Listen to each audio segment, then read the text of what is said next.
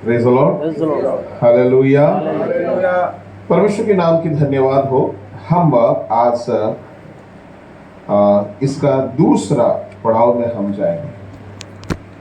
इसका दूसरा पड़ाव पढ़िएगा और एक बार प्रकाशित 3:20। देख, मैं द्वार पर खड़ा हुआ खटखटाता हूँ।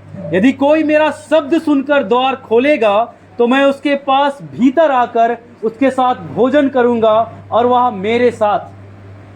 देख, मैं द्वार पर खड़ा हुआ खटखटाता हूं। अगर कोई मेरी आवाज सुनकर द्वार खोलेगा तो मैं भीतर आकर उसके साथ भोजन करूंगा। Praise the Lord, hallelujah.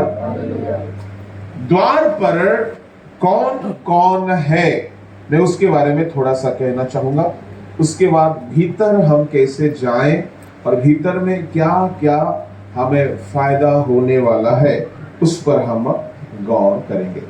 द्वार पर रहने वाले 7 लोगों का नाम आज हम मनन करेंगे। द्वार के पास, आज का संदेश है द्वार के पास। देख, मैं द्वार के पास खड़ा हुआ खटखटाता हूं। तो परमेश्वर के लोगों, द्वार के पास सबसे पहला कौन खड़ा है? बाइबल में द्वार के पास सबसे पहला कौन खड़ा है? Praise the Lord, hallelujah. पता है, यीशु मसीह प्रकाशित वाक्य में आके द्वार में खड़ा हुआ, उसको भगा दिया गया, घर के भीतर था वो। पर उत्पत्ति में प्रभु द्वार के पास नहीं था, शैतान और पाप द्वार के पास था। इसका मतलब कौन बाहर था? शैतान बाहर था, उसको भीतर आने का मौका नहीं था। ना मनुष्य के भीतर, ना धरती में किसी प्राणी के भीतर, किसी वस्तु के भीतर उसका राज नहीं चलता था। मानो कि वो बाहर कर दिया गया था, ऐसा था, वो बाहर ही था।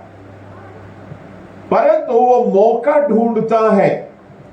इफिसियों 4:27, पहला पत्रस 5:8, इन आयतों में अगर हम पढ़ें तो वह मौका ढूंढता है। पढ़िएगा। और ना शैतान को अवसर दो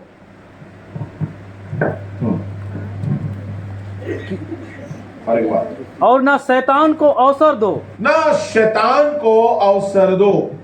इंग्लिश में लिखा होगा, do not give opportunity to Satan. King James version में लिखा होगा, do not give foothold to Satan. शैतान को कदम बढ़ाने मत देना, शैतान को अवसर नहीं देना है। अच्छा, पत्रस 5:8, सचेत हो और जागते रहो क्योंकि तुम्हारा विरोधी शैतान गरजने वाले सिंह के समान इस खोज में रहता है कि किसको फाड़ खाए। तुम्हारा विरोधी शैतान इस खोज में रहता है। शैतान क्या करते रहता है? हाँ, शैतान खोज में रहता है। ये खोज में रहने का कारण क्या है? क्या कारण हो सकता है? कोई अगर खोज में है, इसका मतलब है उसको मिल नहीं रहा है।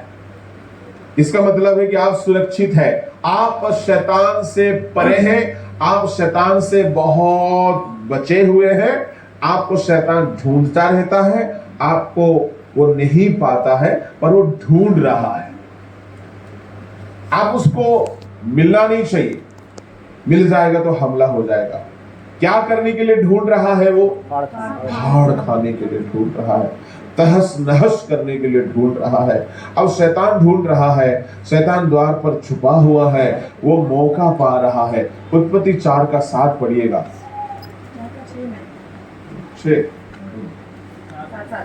यदि तू भला करे तो क्या तेरी भेंट ग्रहण ना की जाएगी? क्या तेरी भेंट ग्रहण नहीं की जाएगी?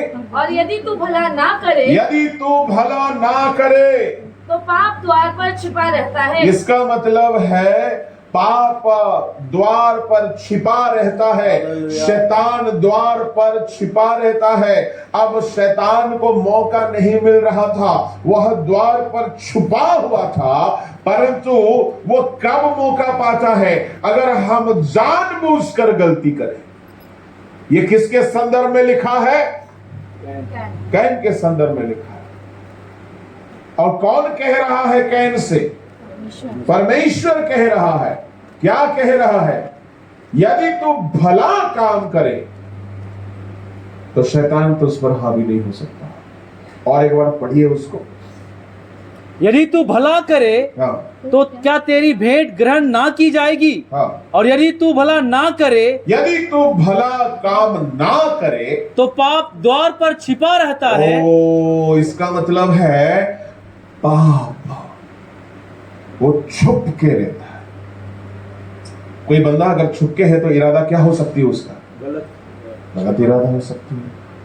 इसका मतलब है यीशु मसीह हो या पाप, दरवाजा को तोड़ के नहीं आ सकता।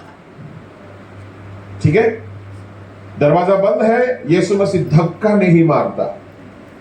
यीशु मसीह दरवाजा तोड़ने का सामर्थ्य रखते हुए भी वो दरवाजा को तोड़ता नहीं। शैतान भी दरवाजा को तोड़ने का ताकत रखता है, फिर भी वो तोड़ता नहीं, वो छुप के बैठता है। इफिसियों 4:27 में हमने पढ़ा, वो अवसर ढूंढता है। पतरस 5:8 में हमने पढ़ा, वो ढूंढ रहा है।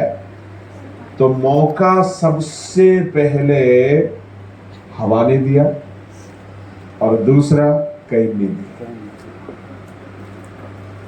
और सुनिएगा, भला काम ना करेंगे तो आप शैतान जो द्वार पर छुपा हुआ है, गौर से सुनिएगा, आपका जिंदगी एक घर है, उस घर में एक द्वार है, उस द्वार पर शैतान छुपा हुआ है। इसका मतलब है आप जहां भी है शैतान आपके साथ में है।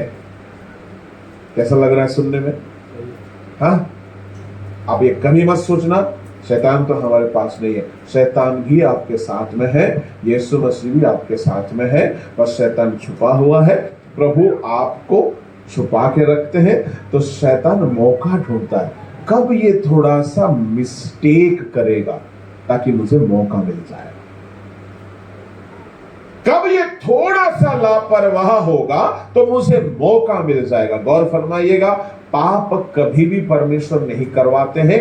गौर से सुनिएगा, कभी भी शैतान भी पाप नहीं करवाएगा, वो मौके का तलाश में रहता है।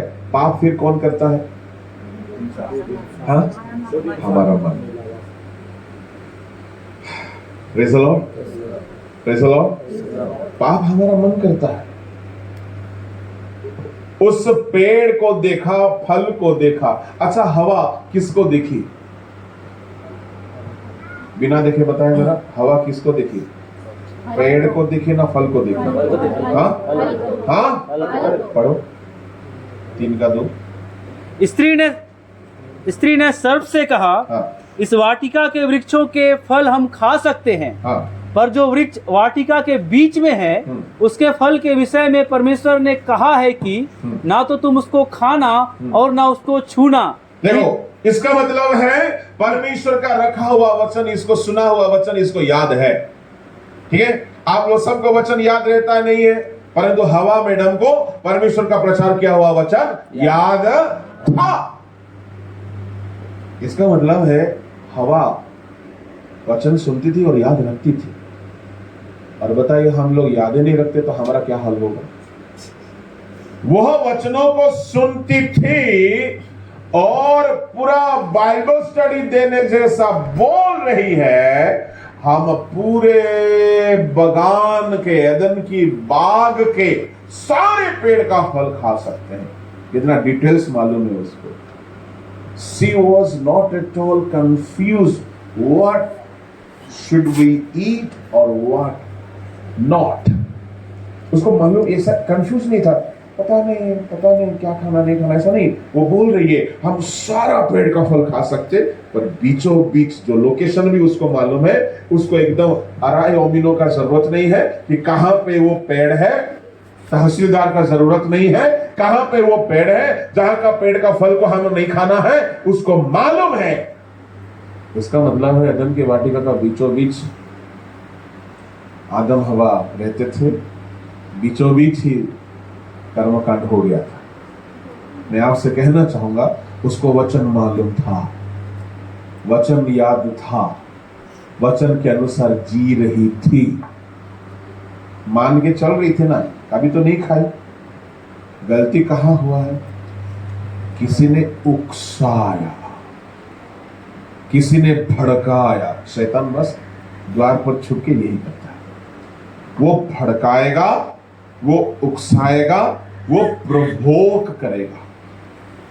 ठीक है, शैतान का अगर कोई टेक्निक है, आप लिख रहे हो तो ऐसा लिखो, शैतान का पहला टेक्निक है एडवर्टाइजमेंट। क्या है? एडवर्टाइजमेंट। शैतान का सबसे पहला टेक्निक है प्रोपोगंडा, विज्ञापन। उसका सबसे पहला है अपना मार्केट उसका बढ़े, इसलिए वो क्या कर रहा है? पब्लिसिटी कर रहा है,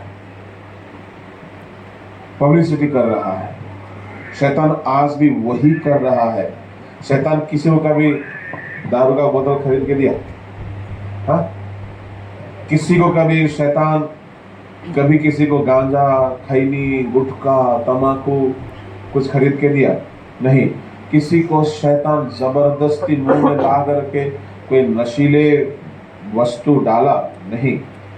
शैतान किसी को कभी गलत चीजों को दिखाया? नहीं। शैतान का फर्स्ट स्टैटिस्टिक है, उसका फर्स्ट स्ट्रेटेजी है, शैतान का सबसे पहला जो रणनीति है वो अच्छा मार्केटिंग करता है, अच्छा प्रोपेगेंडा करता है, अच्छा पब्लिसिटी करता है। कभी कभी आपके घर के आंगन में कुछ सेल्समैन लोग आते हैं, जो सेल्स करते हैं ना, मार्केटिंग का सेल्स करते हैं। वो लोग का बोली कैसा रहता है? हाँ, कैसा रहता है? अब हमारा सारा सिस्टर घर में बोलने जैसा बोल, क्योंकि घर में जैसा बोलते हैं ऐसा बोलना सीधा सरलता है। मैं उसके गवाही को बस ब्रीफ कर देना चाहता हूं। क्या है कि उनका पति बहुत ज्यादा मानसिक संतुलन खो गया था। अब वो उल्टा सीधा हरकत घर में कर रहे थे, वहीं से उनका उद्धार का रास्ता खुला। चलो, डब्बा वाला फोन को क्या समझा आप लोग? अनीता सिस्टर के घर में डब्बा वाला फोन था, मतलब तो सिक्का वाला। हाँ, तो सिक्का वाला फोन था, उनका दुकान था, तो वहां जाकर के वो प्रार्थना के लिए फोन किए थे। फिर रंजीत कुमार पास्टर वहां गए तो इलाके में, वहां कई लोगों के जीवन में मिराकल हुआ। उसे बिरसा, अनीता सिस्टर, ये लोग सब उद्धार में आया। बहुत सामर्थ के काम उनके द्वारा हुआ। हालेलुया। तो आप में से किसी को हम इसीलिए खड़ा कर रहे कि आपको बोलने का अभ्यास हो। आप ठीक से नहीं बोल पा रहे तो बिल्कुल भी शर्माना, झिझकना नहीं है, क्योंकि परमेश्वर ऐसा व्यक्ति को चुनता है, जैसे कि मूसा। हाँ, यहोवा बोल यहोवा ऐसा बोलता था। अनफिट है परमेश्वर के राज्य के लिए, अनफिट, वकालत करने के लिए अनफिट है, कुछ बोलने के लिए अनफिट है। ऐसा बंदा 50 लाख लोगों को छुड़ा के लेके आ गया। इसलिए अगले दिनों में किसी को मौका मिलेगा तो कभी मत सोचना कि हमसे नहीं होगा, नहीं सोचना ऐसा। आपको मौका मिलेगा कभी कभी। किसी का गवाही, बहुत सुंदर गवाही हमने सुना। सोचिए, मानसिक संतुलन खो बैठे थे, कांके तक चला गया था, कांके तक गए थे। प्रभु उनको बचाया, उनका परिवार को, प्रभु उनके परिवार को छुड़ाया, अद्भुत काम किया। मैंने देखा है, बाद में बड़ा शांत पड़ गए थे वो। मैं कहना ये चाहता हूं कि आपकी जीवन की कोई भी कमी है तो उसको कभी भी कमजोरी ना समझना। परमेश्वर का सेवा अनुग्रह से होता है, हमारे बलबूते से नहीं होता है। Praise the Lord, hallelujah. अच्छा, आप अगर हिंदी अच्छा बोलना चाहते हो, उसका एक टिप्स है, आप ग्रहण करो ना करो, घर में अपना भाषा छोड़ोगे तभी हिंदी अच्छा हो सकता है। एग्री है मेरे साथ? हाँ, घर में अगर मैं उड़िया बोलता रहूंगा, यहाँ क्या निकलेगा? माइकल भाई कहाँ गए? उड़िया निकलेगा। घर में अगर हम अपना भाषा हो बोलते रहेंगे तो यहाँ भी थोड़ा हो का स्टाइल निकल जाएगा। हो भाषा आदिवासी भाषा के झटका मार मार के बोलते हैं ना, है ना? तो उसी तरह निकलेगा। घर में हमारा अगर जो भाषा, क्योंकि हमेशा वही भाषा चलता ना, हिंदी मालूम रहेगा पर पकड़ में आ जाएगा ये हिंदी भाषा नहीं बोल रहा है, ये उड़िया है पर हिंदी जबरदस्ती कोशिश कर रहा है। अगर जरूरी नहीं है आपको सीखना, पर सेवा में अगर आप निपुण बनना होना चाहते हो तो हमेशा एक भाषा को बोलो, वरना दिक्कत होती है। मैं हफ्ता भर उड़ीसा में उड़िया बोलता हूँ, अगला दिन संडे अगर थोड़ा सा मैं नेग्लेक्ट हो गया तो एक दो शब्द थोड़ा स्लिप होता है। होशियार रहना पड़ता है, संतुलन रखना पड़ता है। एनीवे, चलिए हम अपना संदेश में चले। सबसे निपुण कन्विंस करने का बोली किसका है बाइबल में? शैतान का है। शैतान इतना अच्छा पब्लिसिटी करता है उसका प्रोडक्ट के बारे में कि परमेश्वर का बोला हुआ बात को भी हवा भूलने को मजबूर हो गया, संदेह करने को मजबूर हो गया। समझ रहे हैं? इसलिए प्रभु ने क्या बोला? अच्छा बोलने वालों को मैं भी अब इस्तेमाल नहीं करूंगा। किसको चुना प्रभु? एक एक गधा, दूसरा है हम गधा, तीसरा है मूसा गधा, चौथा है पौलुस भी गधा, बोलने में गधा था। पौलुस बोलने में निपुण नहीं था, बोलने में तेज दरार नहीं था, तेज नहीं था। पढ़ो दूसरा कोरिन्थी 10:10।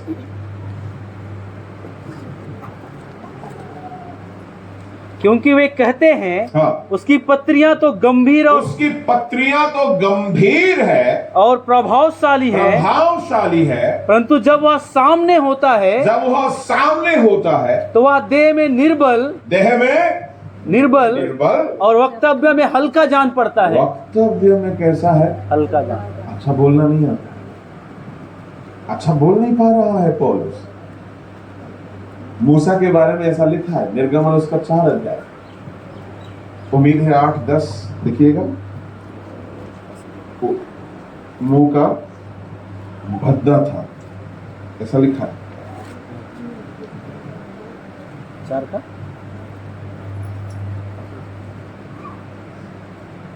4:10 मूसा ने यहोवा से कहा, हे मेरे प्रभु, मैं बोलने में निपुण नहीं,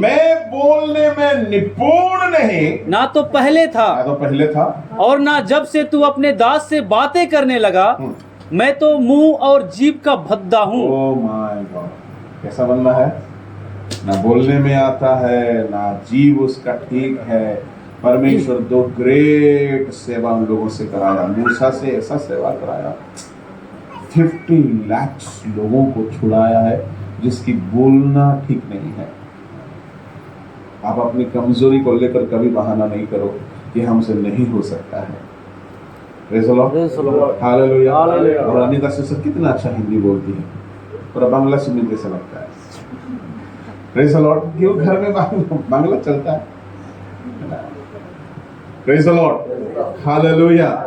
कोई बात नहीं, वो सब कोई बड़ा इश्यू नहीं है, पर कभी भी आपको मौका मिल जाए कलीसिया में 2 शब्द कहने का, अपना कमजोरी को बहाना मत बनाना, क्योंकि परमेश्वर हर एक कमजोर लोगों के द्वारा अपना अनुग्रह को प्रकट करता है।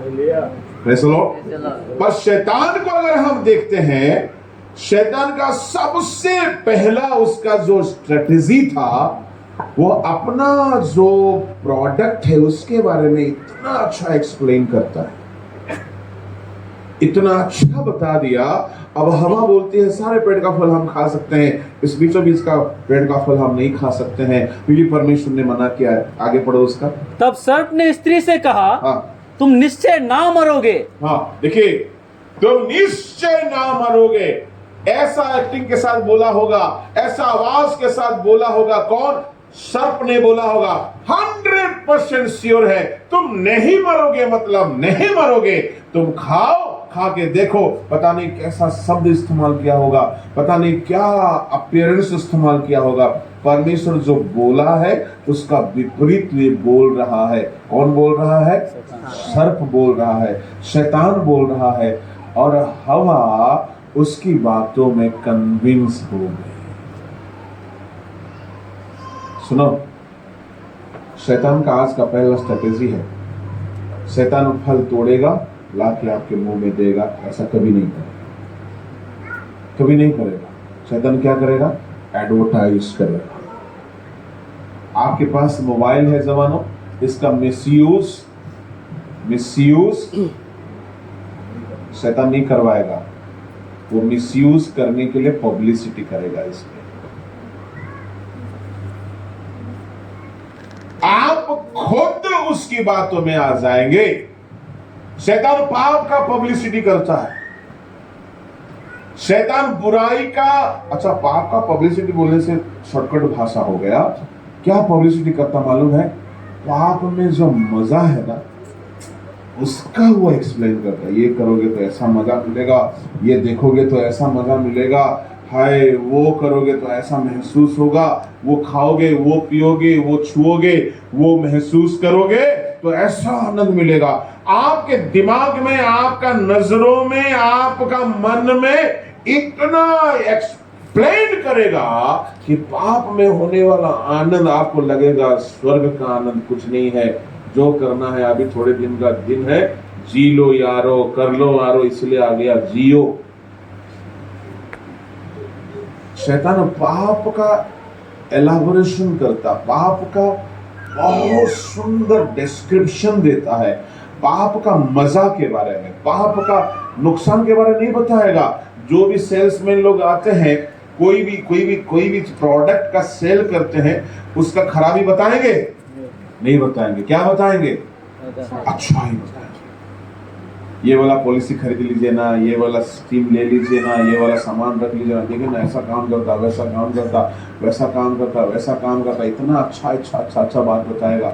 आपको भी, जवानों को, मोबाइल के जरिए से हो या कुछ और बातों के जरिए से है, पापों का खाली खुशी, पापों में मिलने वाला मजा, पापों में मिलने वाला आनंद, पापों में मिलने वाला चरम सुख, केवल इसी का ही पब्लिसिटी, एडवर्टाइजमेंट शैतान पल पल में करवाता है। खाली मोबाइल में नहीं, पल पल में करवाएगा। इसलिए वो आपका बगल में, आपका द्वार में छिपा रहता।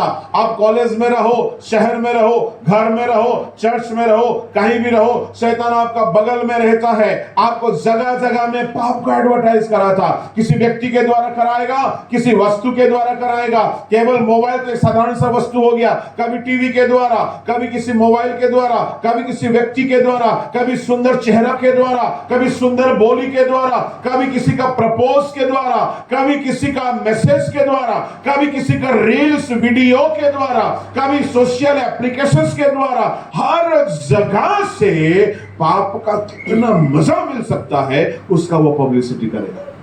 शैतान इससे आगे नहीं कर सकता। ये पब्लिसिटी क्या है पता है उसका है ये पब्लिसिटी के द्वारा वो मौका ढूंढ रहा है। आप उसके इस बहकावे में, इस धोखे में, इस झूठा प्रसारण में, उसका झूठा विज्ञापन में, बातों में आप अगर आ गए फिर वो मौका पाएगा। समझ रहे हैं? अच्छा, तो आप खुद को बचाओगे कैसे? पता है, एक ही तरीके से आप बचा सकते हैं। दुनिया में होने वाला हर चीज अगर बाइबल अनुमति देता है तो मैं उसको इस्तेमाल करूंगा। ठीक है? हर चीज आपको शैतान से बचना है। एक पहला और तगड़ा रास्ता है। अगर हवा बोलती, क्या बोलती? ठीक है सांप जी, आपने जो कहा बहुत अच्छा तरीके से कहा, किंतु सुनिएगा, परमेश्वर जो बोला है ना उसको हम लांघना नहीं चाहते। ठीक है, थैंक यू सो मच, आप जा सकते हैं। इतना अगर डट के रह जाती शैतान मौका पाता क्या? हाँ, तो बताइए, दुनिया बर्बाद होता, वो खुद बर्बाद होती, धरती बर्बाद होता, मनुष्य बर्बाद होता, पाप होता, नरक के लिए रास्ता खुलता नहीं। इसका मतलब है सबसे बड़ा सुरक्षा होता है क्या? हाँ, प्रभु का वचन के भीतर खुद को बचा के रखो। और परमेश्वर भी जबरदस्ती किया था क्या वचन को मानना? नहीं किया। परमेश्वर भी जोर जबरदस्ती नहीं करता है, वचन को मानो, वचन को मानो, वचन को मानो, वचन को मानो, वचन को सुनो, नहीं। वो बोलता है तुम्हारे ऊपर, वचन को मानने के लिए वो जबरदस्ती नहीं करेगा। हवा जब फल को तोड़ने को गई, परमेश्वर थोड़ी थापड़ लगा दिया, नहीं लगाया है? हाथ को खींच लिया परमेश्वर? नहीं खींचा।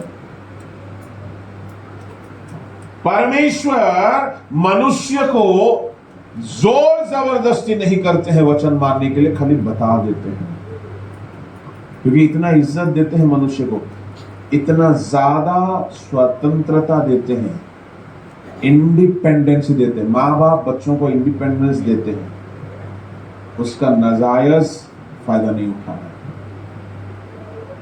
परमेश्वर मुझे भी इंडिपेंडेंस दिया, आपको भी इंडिपेंडेंस दिया है, और परमेश्वर देते हैं, देना भी चाहिए। कोई कठपुतली नहीं है कि रस्सी खींचो तो कमर हिलेगा, रस्सी खींचो तो सर हिलेगा और दूसरों के लिए मनोरंजन होगा। नहीं, हम कोई रिमोट कंट्रोल वाला मशीन नहीं है कि परमेश्वर वहां से रिमोट से टिपेगा तो यहां हम लोग प्रार्थना करते रहेंगे। कुछ लोग सोचते होंगे ना कि परमेश्वर रोक देना चाहिए था। मैं भी ऐसा सोच रहा था कई बार, परमेश्वर रोक देना चाहिए था, जैसे कि हम बहुत ज्यादा ज्ञानी हैं। परमेश्वर अगर रोक दिया होता तो फिर मनुष्य नहीं होता। परमेश्वर अगर रोक दिया होता तो फिर मनुष्य क्या होते पता है? एक रोबोट, एक आप चलाने वाला मोबाइल जैसा होता। आप खोलोगे तो खुलेगा, बंद करोगे तो बंद होगा। अपने से मोबाइल कुछ कर सकता है? कुछ कर सकता अपने से? आप चलाओगे तो चलेगा, नहीं चलाओगे तो नहीं चलेगा। मान लीजिए परमेश्वर अगर ऐसा कर दिया होता, मनुष्य को मैं जैसा चलाऊंगा वैसा चलेगा।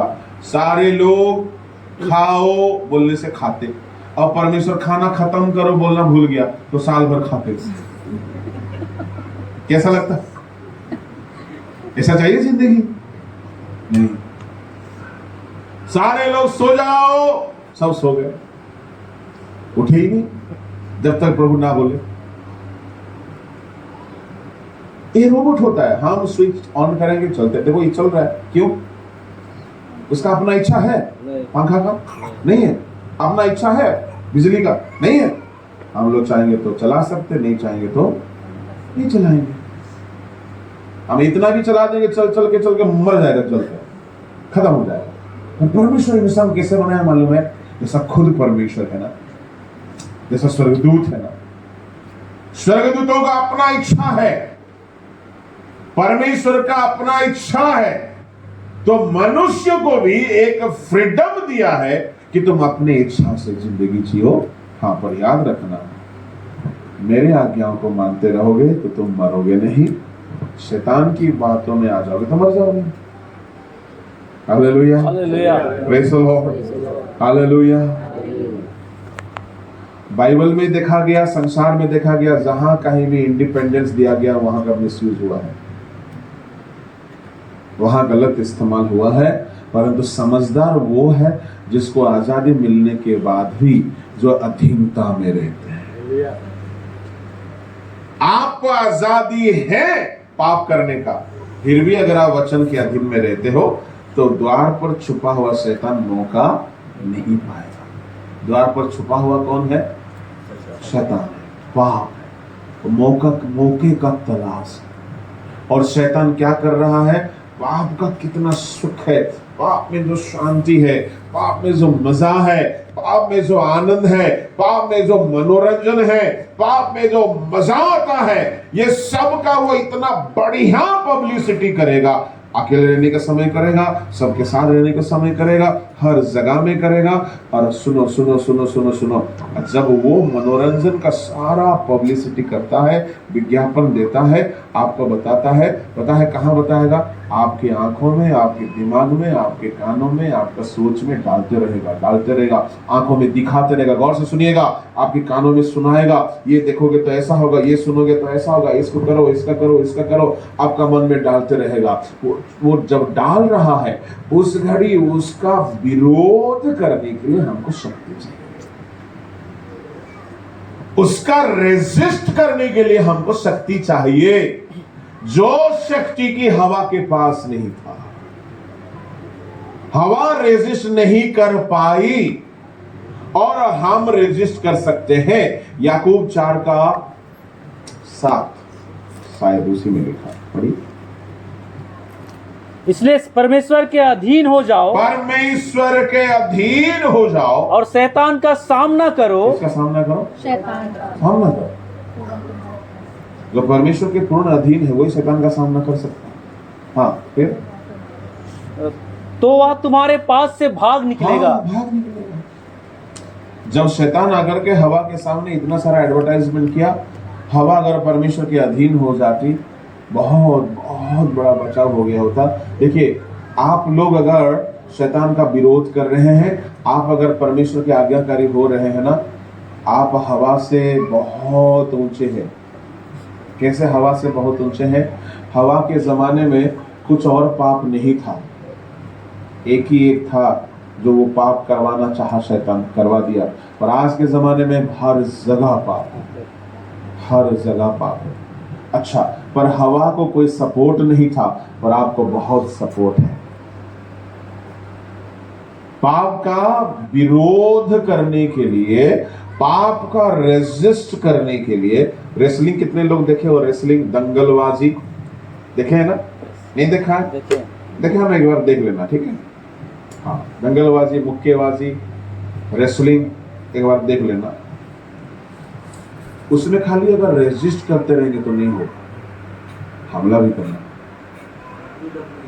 WWF, WWE, world wrestling federation, world wrestling entertainment. क्या होता है? आप पाप का विरोध करो तो शैतान भाग जाएगा। तो ये हवा को शैतान का विरोध करने के लिए शक्ति नहीं था। बड़ा गौर से सुनिएगा, आप किसी भी पाप से एक्सपोज हो रहे हो तो उसको विरोध करने के लिए आपको भीतर शक्ति चाहिए। बाहर में आप कितना धर्मी दिखो, कोई मतलब नहीं होता उसका, आपका भीतर में शक्ति चाहिए। और ये जो शक्ति है, ये होली स्पिरिट के द्वारा मिलती है। मैं आपको टिप्स बताता हूँ। आप पाप का विरोध करना चाहते हो, आप, शैतान देखिए पब्लिसिटी करता रहेगा, शैतान पब्लिसिटी करता आया है, हजारों सालों से करता रहेगा, ज्यादा करेगा। उसका स्कीम बहुत तगड़ा है, पर घबराने की कोई बात नहीं। हमारे पास उतना ज्यादा रेजिस्टेंस पावर है, हमारे पास भी उसका उपाय है। हम उसका रेजिस्ट कर सकते हैं और हम उसको जीत सकते हैं। वो द्वार पर खड़ा हुआ है, खड़ा का खड़ा रह जाएगा, घुस नहीं सकेगा। आप बिल्कुल सुरक्षित हो सकते हैं। क्या है, क्या है, क्या है? मैं आपको 100% प्रमाणित उपाय बताऊंगा, जिसके द्वारा आप शैतान का विरोध करने की शक्ति पाओगे। पहला उपाय, सबसे पहला उपाय है परमेश्वर के हजूरी में बैठ करके, प्रार्थना में बैठ करके आप खुद को परखने में समय बिताओ। मांगना मत परमेश्वर से कुछ, जांचने में समय बिताओ। आधा घंटा, 1 घंटा, 1 घंटा, कि हे परमेश्वर, मेरे कहां चूक हो रहा है, मैं कहां कमजोर हूं, मैं कहां दुर्बल हूं। तो विवेक नाम का जो एक बंदा हमारा भीतर है, वो हमारे गलतियों को दिखाएगा। और उस प्रार्थना के समय उस गलती को ठीक करने के लिए प्रार्थना करना। ठीक है। और हम लोग गलती क्या करते हैं, बैठते साथ मांगना शुरू कर देते हैं। नहीं करना ऐसा। आपको लग रहा होगा मैं एकदम प्रभु में हूं, फिर भी आप जांचने में समय बिताओ। जांचने में, सेल्फ इवैल्यूएशन करने में, आत्म परीक्षण निरीक्षण करने में समय बिताओ, समय बिताओ। तो सूक्ष्म सूक्ष्म गलतियों को आपका विवेक आपको दिखाएगा और उस गलतियों से बाहर आने के लिए आपको प्रभु का लहू मांगना है पहले, क्योंकि यीशु का लहू हमारा हाथ पैर आंख नाक का बाहरी धुलाई के लिए नहीं है, हमारा हृदय का धुलाई के लिए है। जो जाने में अनजाने में, जो कमजोरी में, पता है यीशु मसीह का लहू का शक्ति कितना ज्यादा है। यीशु मसीह का लहू का शक्ति को जानोगे तो आप उसका दीवाने हो जाओगे। यीशु मसीह का लहू का शक्ति इतना ज्यादा है, बरसों का बनाया हुआ शैतान का जो बहुत बड़ा दीवार था, यीशु का लहू गिरने से वो टूट गया है।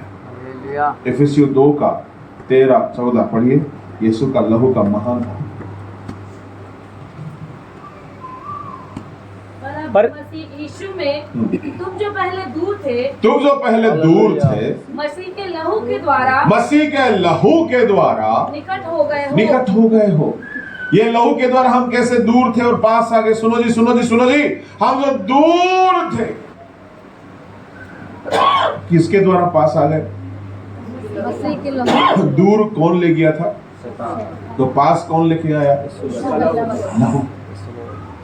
कैसे लोग, कैसे पास लाया ये लहू? क्या कर दिया ये लहू? दूर ले जाने वाला चीज को हटा दिया है। मनुष्य कब दूर गया? अदन की वाटिका में। क्यों दूर गया? पाप करने से दूर गया। इसका मतलब यीशु का लहू में कौन सी शक्ति है? सबसे पहला शक्ति है आपको दूर ले जाने वाला पाप को हटाने का शक्ति है। It has the power, it has the wonder working power, it has the power to eradicate the sinful, the ugly, the abomination nature from your life. आपका जिंदगी में जितना घृणित पाप है ना, उसको धोने का शक्ति कहीं नहीं है। ये इनविजिबल है।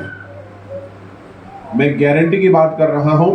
अगर कोई बंदा रोज आप खुद को पवित्र भी सोच रहे हो ना, फिर भी आप बैठ के जांचना। ये बात समझने के लिए अनुग्रह चाहिए, यदि ऊपर से पार होगा।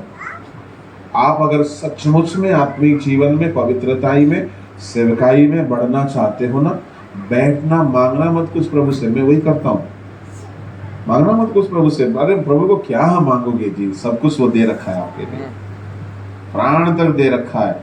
आप जो सोचे नहीं वो सब भी दे रखा है। आप काबिल बनोगे तो सब मिल जाएगी, सब मिल जाएगी। एक रास्ता का घूमने वाला भिखारी मत बनो प्रभु के सामने, मत बनो भिखारी। भिखारी क्या मांगता? 5 रुपया, 10 रुपया, चाय नाश्ता, उतना। और हमारा परमेश्वर स्वर्ग का सारा खजाना हमारे लिए रखा है। ये पाप जो है ना, शैतान प्रलोभन दिला करके आपका जिंदगी को ब्लॉक करके रखा है। यीशु का लहू इतना असरदार है, इतना असरदार है। परमेश्वर के हजूरी में जांचते हुए समय बिताओ। मैं आज भी वही करता हूँ, और वो मेरे सूक्ष्म सूक्ष्म गलतियों को मुझे दिखाता है। हम हत्यारे नहीं है, हम चोर नहीं है, हम लुच्चे नहीं है, हम पियक्कड़ नहीं है, पर हम संत भी नहीं है। हम में कोई छोटी छोटी गलतियां रहती है, और इसी के द्वारा शैतान मौका पा जाएगा, इसी के द्वारा शैतान मौका पा जाएगा। तो उसके नीचे क्या लिखा है? इफिसियों 2 का 13-14। पर अब मसीह यीशु में तुम जो पहले दूर थे, मसीह के लहू के द्वारा निकट हो गए हो, क्योंकि वही हमारा मेल है जिसने दोनों को एक कर लिया और अलग करने वाली दीवार को जो बीच में थी ढा दिया। Hallelujah, hallelujah. बीच में खड़ा था एक बहुत बड़ा दीवार। ये दीवार किसको किससे जुदा कर रहा था? ये दीवार जो है परमेश्वर से मनुष्य को अलग कर दिया था। कहां पर? अदन की वाटिका। सोचिए, शैतान उस दिन पाप का एडवर्टाइजमेंट करा करके क्या खड़ा कर दिया जी? दीवार खड़ा कर दी। और ये दीवार को यीशु मसीह तोड़ा कैसे? अपने लहू के द्वारा। आप अपना जिंदगी में परमेश्वर से दूर ले जाने वाला कोई भी आदतें हैं उसको यूं नहीं तोड़ सकते, यीशु के लहू के बगैर नहीं टूट सकता। शैतान को मालूम है यीशु का लहू का इस्तेमाल ये लोग ना करें, इसलिए शैतान आपको अंधा और बेवकूफ और नासमझ बनाता है। आप प्रार्थना में बैठ के खाली हालेलुया बोलने से काम नहीं चलेगी। हालेलुया बोलना है वो बाद की बात है, आराधना बाद में करना है, प्रशंसा अन्य भाषा सब बाद में है। सबसे पहला है शैतान को आपका जिंदगी में दूर करने के लिए जो पाप का दीवार खड़ा हुआ है। आप परमेश्वर को देख नहीं पा रहे हो, आप परमेश्वर को सुन नहीं पा रहे हो, आप परमेश्वर के करीब नहीं हो पा रहे हो, तो उसको सबसे पहले ठीक करना है, सबसे पहले उसको ठीक करना है। इसलिए मैं आप सबको कहना चाहूंगा, आपका जिंदगी को सूक्ष्म रीति से परख कर जांच कर यीशु के लहू से धो डालो। इसलिए यीशु का लहू का ताकत के बारे में जानना है तो मैं कई रेफरेंस बोलता हूं, उसको लिखो और वो सारा चीज मांगो प्रभु से। प्रभु आपका लहू में अगर ये है तो मेरे घर में ये चाहिए। Praise the Lord. क्या यीशु मसीह का लहू में सबसे पहला है क्षमा, पापों की क्षमा। इफिसियों 1 का 7 पढ़िए। The power in the blood of Jesus. हमको उसमें उसके लहू के द्वारा छुटकारा अर्थात अपराधों की क्षमा उसके उस अनुग्रह के धन के अनुसार मिला है। Praise the Lord. अनुग्रह का धन है, अपराधों की क्षमा और पापों से छुटकारा। यहाँ 2 बातें हैं यीशु के लहू की, एक है पापों की क्षमा और दूसरा है अपराधों से छुटकारा, छुट्टी। इंग्लिश में लिखा है रिडेम्पशन।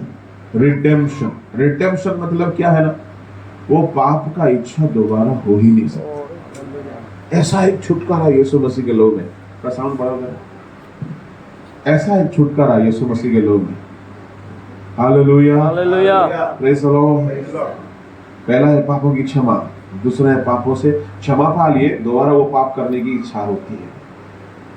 पर क्या करेगा यीशु का लहू पता है, भीतर जा करके ऐसा खंगालेगा कि वो जड़ से खत्म हो जाएगा। दुनिया में इसलिए हम यीशु मसीह को मानते हैं, दुनिया में किसी धर्म में, किसी संप्रदाय में मनुष्य के भीतर में होने वाला, पनपने वाला पाप का इच्छा को हटाने का कहीं रास्ता नहीं है, कहीं रास्ता नहीं है। खुद को प्रभु बोलने वाला दुनिया कारनामा किया कर रखा है दुनिया में, पर केवल यीशु मसीह पवित्र है क्योंकि उसकी लहू पवित्र है और उसका लहू हमें पापों से क्षमा भी देता है, नंबर 1, और दूसरा छुटकारा। तीसरा, यीशु का लहू हमें मेल कराता परमेश्वर से, शांति कराता, जो अभी हमने पढ़ा। कुलुसी 1 का 20 पढ़ो। यीशु का लहू का ये सामर्थ है। और उसके क्रूस पर बहे हुए लहू के द्वारा मेल मिलाप करके सब वस्तुओं का उसी के द्वारा से अपने साथ मेल कर ले, चाहे सब वस्तुओं को अपने साथ मेल करना है तो यीशु मसीह का लहू नहीं होगा तो मेल नहीं होगा। चाहे वे पृथ्वी पर की हो, चाहे स्वर्ग में की, चाहे स्वर्ग में, चाहे धरती का हो, चाहे स्वर्ग का हो। अगर मिलना है परमेश्वर से, मिलाने का शक्ति किसके पास है? यीशु का लहू के पास। Praise the Lord, hallelujah, hallelujah. शांति, बड़ी शांति है यीशु मसीह का लहू में, बड़ी शांति है। एफेसियों 2 का 15, 16, 17 पढ़िए। और अपने शरीर में बैर अर्थात वह व्यवस्था जिसकी आज्ञा विधियों की रीति पर थी मिटा दिया, कि दोनों से अपने में एक नया मनुष्य उत्पन्न करके मेल करा दे, और क्रूस पर बैर को नाश करके इसके द्वारा दोनों को एक देह बनाकर परमेश्वर से मिलाए। हाँ। उसने आकर तुम्हें जो दूर थे और उन्हें जो निकट थे दोनों को मेल मिलाप का सुसमाचार सुनाया। हाँ। क्योंकि उसी के द्वारा हम दोनों की एक आत्मा में पिता के पास पहुंच होती है। इसलिए तुम अब विदेशी और मुसाफिर। शुरू होता है लहू से, और चौथा आशीष जो है ना, पीस। इंग्लिश में उसको मेल नहीं लिखा है, पीस लिखा है, शांति। यीशु का लहू में शांति है। अब रोज उसको पीना चाहिए, यीशु का लहू को रोज पीना चाहिए, बड़ी शांति होगी। प्रार्थना में बैठ करके ऑर्डर मारना वो बाद में, ठीक है। पहले रिलेशनशिप को ठीक करो, संबंध को ठीक करो, जांचने में समय बिताओ, ठीक करो। 5वां आशीष है यीशु मसीह का लहू में पवित्रता है। पढ़िए इब्रानी 9:14। तो मसीह का लहू जिसने अपने आप को सनातन आत्मा के द्वारा परमेश्वर के सामने निर्दोष चढ़ाया, तुम्हारे विवेक को मरे हुए कामों से क्यों ना शुद्ध करेगा। हमारा विवेक को शुद्ध करेगा। सोचिए, हम शुद्ध हो गए, ठीक है, विवेक शुद्ध नहीं है। विवेक हमको मार रहा है, चोट मार रहा है। अरे जो वो काम कर दिया था ना तो गलत किया, अरे वो तो तू बोल दिया था ना गलत बोला, वो जो देखा था ना गलत देखा, वो जो क्रिया किया था ना गलत किया। कई बार क्या होता है, हम चर्च में गाना गाते हैं, प्रार्थना करते हैं, गवाही देते हैं, वचन बोलते हैं, दूसरों को सुनाते हैं, हम धार्मिक दिखते हैं, हम आराधना में बड़े आत्मिक दिखते हैं, दूसरों के सामने बड़ा स्पिरिचुअल दिखते हैं, पर चुप के रहने के समय हमारा जो कई बार हमारा विवेक जो है ना, हमको ठेस पहुंचाता है, हमको एकदम प्रिक करता है। ऐसा होता है कभी? दुनिया नहीं जानता है मैं कितना गलत हूं। ऐसा बार बार हमारे मन को दोषी ठहराने वाला काम कौन करता है? विवेक। ऐसे विवेक को शुद्ध करने का शक्ति होता है यीशु के लहू से। हालेलुया। यानी भीतरी जिंदगी को शुद्ध कर देगा यीशु मसीह का लहू। इसलिए प्रार्थना में बैठ करके इधर उधर की बातें बोल के प्रभु का दिमाग खराब मत करना। कुछ लोग हमको फोन करता है, सोचता है कि हम बहुत फुर्सत में हैं, और कहाँ है अभी? बोला हम स्वर्ग में आएगा। अरे काम का बात बोलो ना जी, हमको दुनिया काम है, और कहाँ है अभी? अब ऐसा हो गया, मैं इसलिए अपना गतिविधि नहीं बताना चाहता हूँ लोगों को कि हम लोग सरकार के नजर में हैं, हम लोग प्रचार करते हैं ना, तो वो लोग का टारगेट में हम लोग है। अब कौन बिक गया खुद को पता नहीं, कौन बेच दिया खुद को पता नहीं, कि हमारा गतिविधि भी नहीं मालूम होना चाहिए, सबको नहीं मालूम होना चाहिए। कोई रिश्ता है ना, नाता जान है ना, पहचान, फोन करके पूछता कहाँ है आप, क्यों बताए भाई?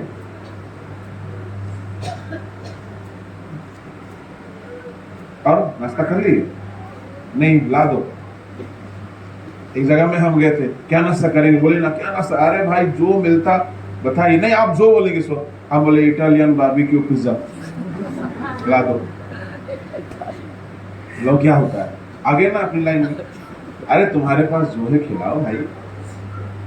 अब हमको पूछोगे, ऐसा थोड़ी होता है।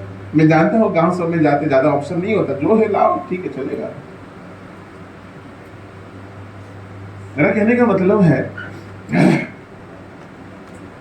कि हम लोग बकवास नहीं करना चाहिए परमेश्वर के साथ। परमेश्वर के पास बैठ के आपका क्या होता पता नहीं, पर मुझे तो मुंह खुलता नहीं है, क्योंकि मैं प्रभु को महसूस जब तक नहीं करूं तब तक कुछ बोल नहीं पाता। ऐसा नहीं होता कि आप मोबाइल में टावर नहीं, हेलो हेलो हेलो हेलो, आधा घंटा में कोई फायदा है? हम प्रार्थना करेंगे तो अच्छा से करेंगे, नहीं तो नहीं करेंगे, डांट बोल के सो जाते।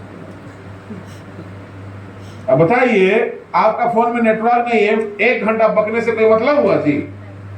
हाँ, किसी के साथ झगड़ा है, किसी के साथ मन मुटाव है, किसी के साथ गलती है, आपका विवेक आपको आघात कर रहा, मार रहा, चोट पहुंचा रहा, जिंदगी ठीक नहीं है, ले प्रार्थना में बैठ गया, stotram hallelujah praise the Lord बोल रहा, कोई फायदा है?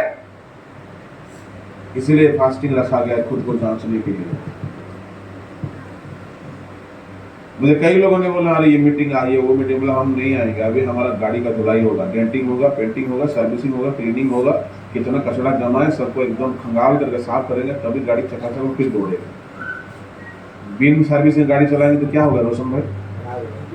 खराब नहीं, उसमें बैठने वाला भी मरेगा, गाड़ी भी टूटेगा।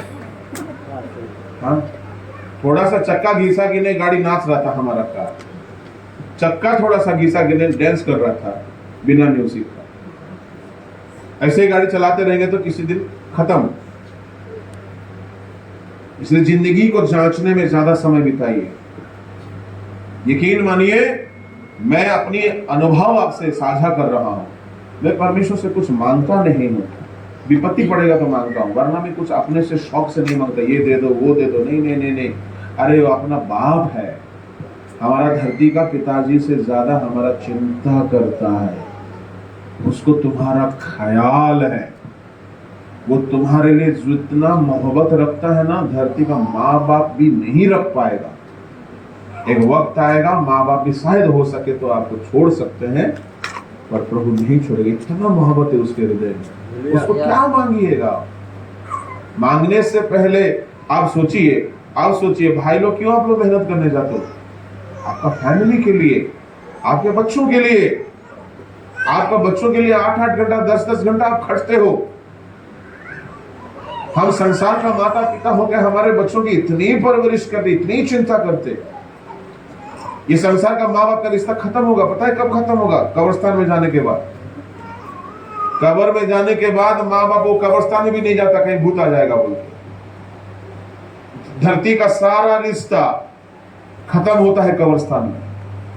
उसके बाद स्वर्ग में वो माँ बाप ने, भाई बहने, बाप बेटे नहीं, पर एक रिश्ता है, अनंत काल का है, आज भी है, मरने के बाद भी है, वो है परमेश्वर के साथ रिश्ता।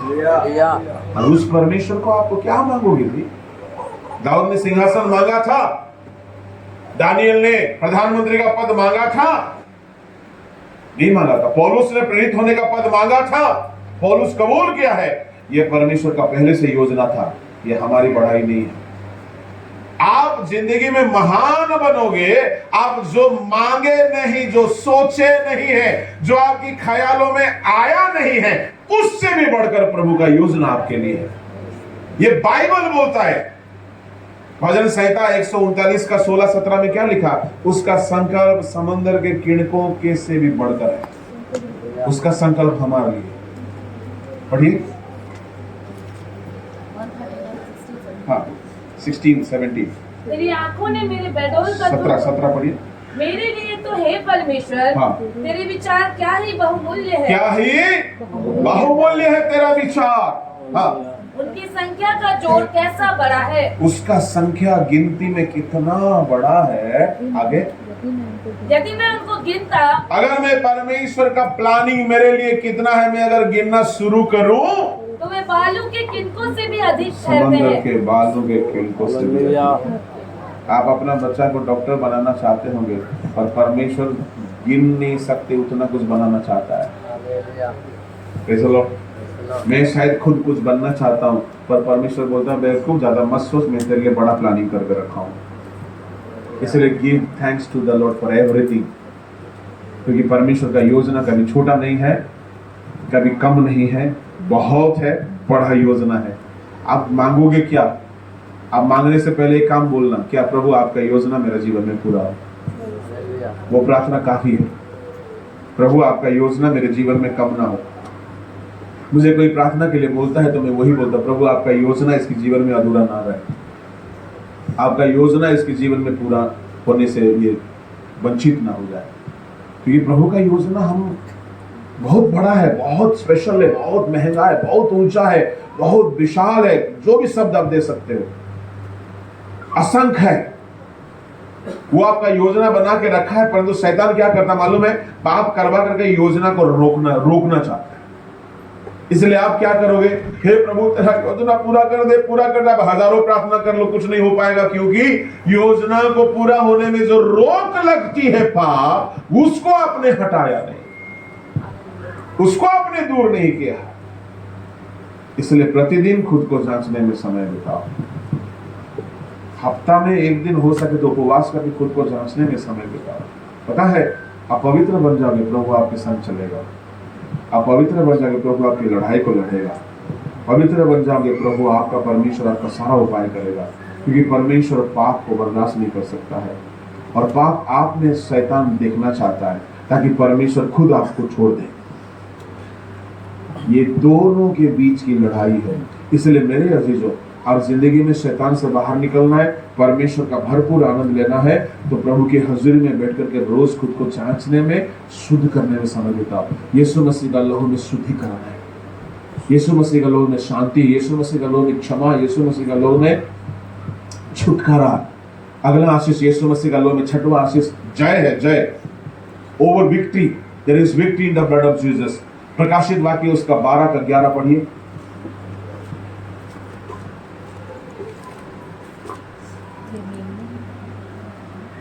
वे मेमने के लहू के कारण और अपनी गवाही के वचन के कारण उस पर जयवंत हुए।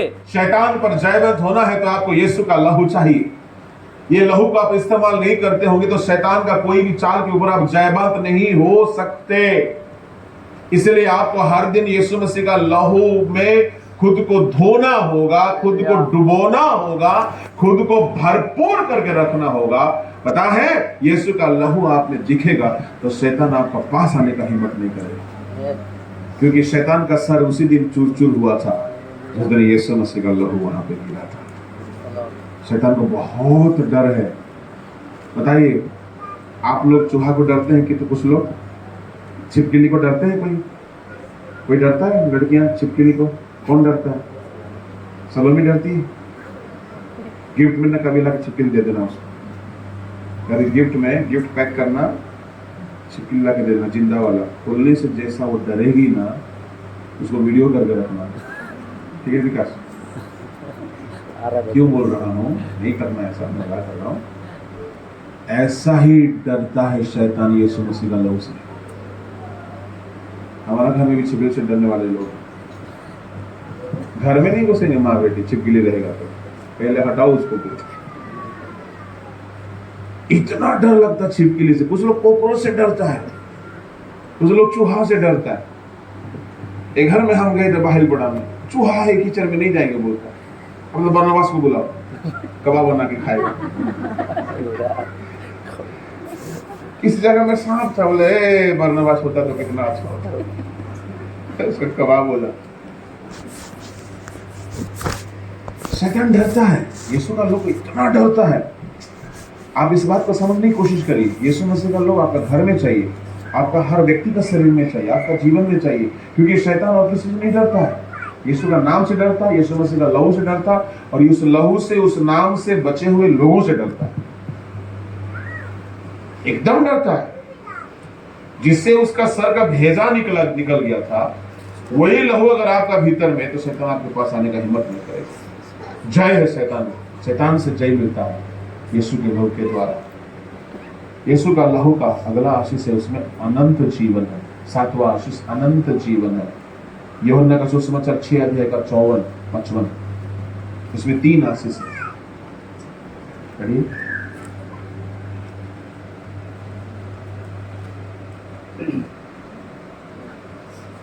जो मेरा मांस खाता और मेरा लहू पीता है, अनंत जीवन उसी का है। हाँ, यीशु का लहू में अनंत जीवन है। हाँ। और मैं उसे अंतिम दिन फिर जिला उठाऊंगा, क्योंकि मेरा मांस वास्तव में खाने की वस्तु है और मेरा लहू वास्तव में पीने की वस्तु है। जो मेरा मांस खाता और मेरा लहू पीता है वह मुझ में स्थिर बना रहता है और मैं उसमें। वो मुझ में स्थिर बना रहेगा। यीशु का लहू में अनंत जीवन है। यीशु का लहू में पुनरुत्थान है। यीशु का लहू प्रभु में हमको स्थिर बनाए रखता है। हालेलुया। 9 आशीष हो गया। यहाँ 7, 8, 9 3 बातों को कहा। एक बात और बोल के हम समाप्त करेंगे। यीशु का लहू हमें श्राप से छुड़ाता है। कभी कभी किसी को ना जेनरेशनल कर्स होता है। पिताजी को एक बीमारी है, दादाजी को बीमारी है, वो परदादा को भी था तो हमको भी है। ये जेनरेशनल कर्स ना किसी दवाई से ठीक नहीं होती है। ये पीढ़ी से पीढ़ी तक बहकर आने वाला श्राप है। ये श्राप यीशु का लहू से ही हट सकता है। पढ़िएगा गलातियों उसका कितना 5 का 14।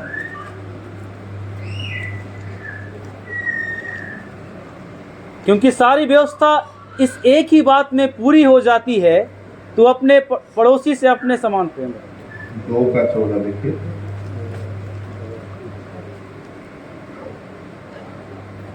नहीं 3 का 14। 3 का। यह इसलिए हुआ कि अब्राहम की आशीष मसीह यीशु में अन्य जातियों तक पहुंचे और हम विश्वास के द्वारा उस आत्मा को प्राप्त करके जिसकी प्रतिज्ञा हुई है। हे भाइयों, मैं मनुष्य की रीति पर कहता हूँ, मनुष्य की वाचा भी जो पक्की हो जाती है ना कोई उससे टालता है और ना उसमें कुछ बढ़ाता है। हाँ। अतः प्रतिज्ञाएं अब्राहम और उसके वंश को दी गई, वह यह नहीं कहता वंशों को, जैसे बहुतों के विषय में कहा। क्या 14-15 में नहीं है? हाँ? ये तो मैं देखा था। हाँ 14 में तो है। मसीह ने जो हमारे लिए शापित, आगे पीछे होगा सर। मसीह ने जो हमारे लिए शापित बना, हाँ, हमें मोल इसमें लेकर वो 13 में, हिंदी में 13 में, ठीक है, किसी भाषा में 14 में है। हाँ। मसीह ने जो हमारे लिए शापित बना, हमारे लिए श्रापित बना, हमें मोल लेकर व्यवस्था के सांप से छुड़ाया। हालेलुया। जेनरेशनल कर्स बड़ा खतरनाक होता है, पीढ़ी से पीढ़ी तक चला आता है, पीढ़ी से पीढ़ी तक। ये श्राप सब खत्म होता है यीशु मसीह के लहू से। किसी किसी घरों में श्राप होता है, वंश वंश तक चलता रहता है। तो श्राप को ना यीशु के लहू की तरह तोड़िए, उपवास प्रार्थना करके उसको खत्म करिए। यीशु का लहू की इतनी सारी आशीषें हैं, इसलिए ये सारी शक्ति जो है ना हवा को नहीं मिला था। यीशु का लहू में होने वाला पावर आदम हवा को मिला था नहीं, पर आपको मिला है। न्याय का दिन में आदम हवा बोल सकते हम लोग कुछ नहीं मालूम था, बच जाएंगे वो लोग, पर आप बचेंगे नहीं, आप नहीं बच पाएंगे। प्रभु बोलेगा आपको सब मिला था, तुमने इस्तेमाल नहीं किया। इसलिए बोला गया है महाकृपा का समय है, यह अनुग्रह का समय है, अनुग्रह के युग में है। अनुग्रह के सिंहासन के पास जाइए, प्रभु के पास बैठिए। आप भौतिक संकट में पड़े हैं तो प्रार्थना करिए, मांगिए जो मांगना है, वरना आप अपना दिमाग लगा के मैं ये बनूंगा वो बनूंगा, मुझे ये चाहिए वो चाहिए, मत मांगिए प्रभु से, क्योंकि प्रभु उससे बढ़कर आपको देगा, उससे बढ़कर आपके लिए रखा है। आप जो सोचे नहीं वो सब होगा, आप जो देखे नहीं वो सब होगा। आपकी कल्पना, प्रभु की कल्पना आसमान और जमीन की फर्क होती है। आप छोटा छोटा चीज सोचते हैं, छोटा छोटा चीज की आशा रखते हैं, परमेश्वर बड़ा सोचता है, बड़ा आशा रखता है, आपको बेहतर देगा, बेस्ट देगा, एक्सेलेंट देगा। आप परमेश्वर के पास बैठकर खुद को जांचने में, पवित्र होने में समय बिताइए। आपकी शक्ति, अंदरूनी शक्ति बढ़ेगी। आपको पाप से बचने का शक्ति होगा, शैतान से लड़ने का शक्ति होगा। आप शैतान के प्रलोभन को जीत सकते हैं, वरना द्वार पर छुपा हुआ शैतान आपकी जिंदगी में घुस सकता है। आदम हवा को तबाह करने के जैसा मसीह जिंदगी तबाह हो सकती है। प्रभु हमें सहायता करे इन वचनों के द्वारा। आइए अपनी आंखें बंद करेंगे।